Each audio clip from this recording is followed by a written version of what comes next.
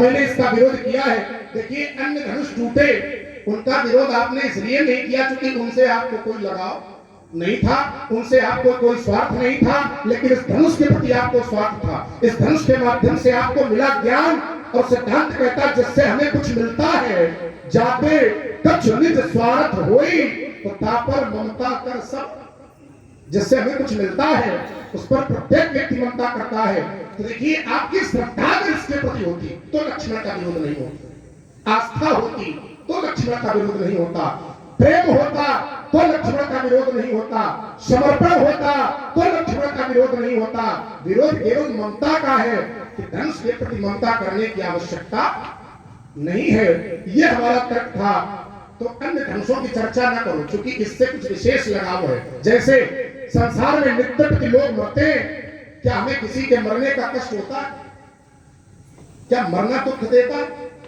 विचार करें, अगर मरने से दुख होता है तो फिर संसार में नित्य प्रति बहुत लोग मरते हैं, न जाने कितने, लेकिन कितने लोगों के मरने का शोक हम मनाते हैं? नहीं मनाते। क्यों नहीं मनाते?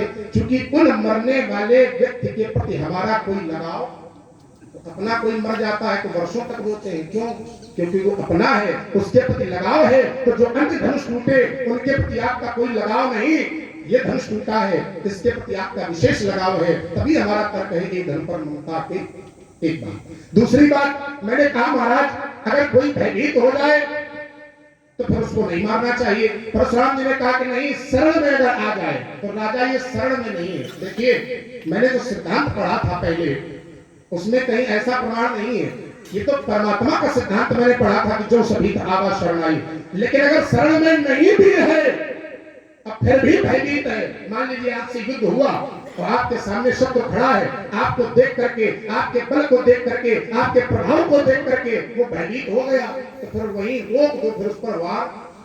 ये नियम कहता है, ये सिद्धांत कहता है। अगर वो डर गया, भयभीत हो गया, तो फिर उसको नहीं मारना चाहिए। अच्छा, समर्थन और कैसे होगा?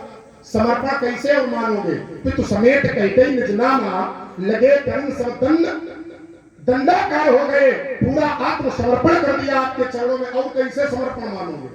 लिखित मत दे आपके कहा कि हम समर्पण कर रहे हैं, ऐसे मानोगे का कि लिखित मत दे कि हम समर्पण कर रहे हैं? भाई दंडाकार हो गया चरणों में, सर्वस्व आपके चरणों में न्यौछावर कर दिया राजाओं ने। इससे ज्यादा और समर्पण का प्रमाण क्या चाहिए? तो राजा तो समर्पण कर रहे हैं और फिर भी आप घोषणा कर रहे हो कि न तुम्हारे जी हैं सब। राजा, आपने कहा कि राजा जनक को किसने अधिकार दे दिया, फिर आपने राजा जनक की बात करी। देखिए ये अपना अपना दायित्व है, अपना अपना कर्तव्य है। राजा जनक ने क्यों किया, कैसे किया, ये राजा जनक का विषय है। धनुष तोड़ने वाले ने धनुष को तोड़ा, आपने तो धनुष को तोड़ करके अपराध किया है। अगर एक क्षण के लिए हम आपकी बात मान भी ले, आपके कथनानुसार आप धनुष को तोड़ करके अपराध किया, तो मान भी ले कि अगर धनुष तोड़ने वाले ने अपराध भी किया है, मान ले, है नहीं ऐसा, लेकिन मानने से प्रश्नों के हल मिल जाते हैं, है ना? तो मान ले अगर कि धनुष तोड़ने वाले ने अपराध भी किया है, तो धनुष तोड़ने वाला है किसके पक्ष में? धनुष तोड़ने वाला है गुरु शरण में, गुरु की सत्ता के पक्ष में धनुष तोड़ने वाला खड़ा है। और जब गुरु शरण में व्यक्ति पहुंच जाता है तो चाहे जितना बड़ा अपराधी हो, उसके समस्त अपराध क्षमा।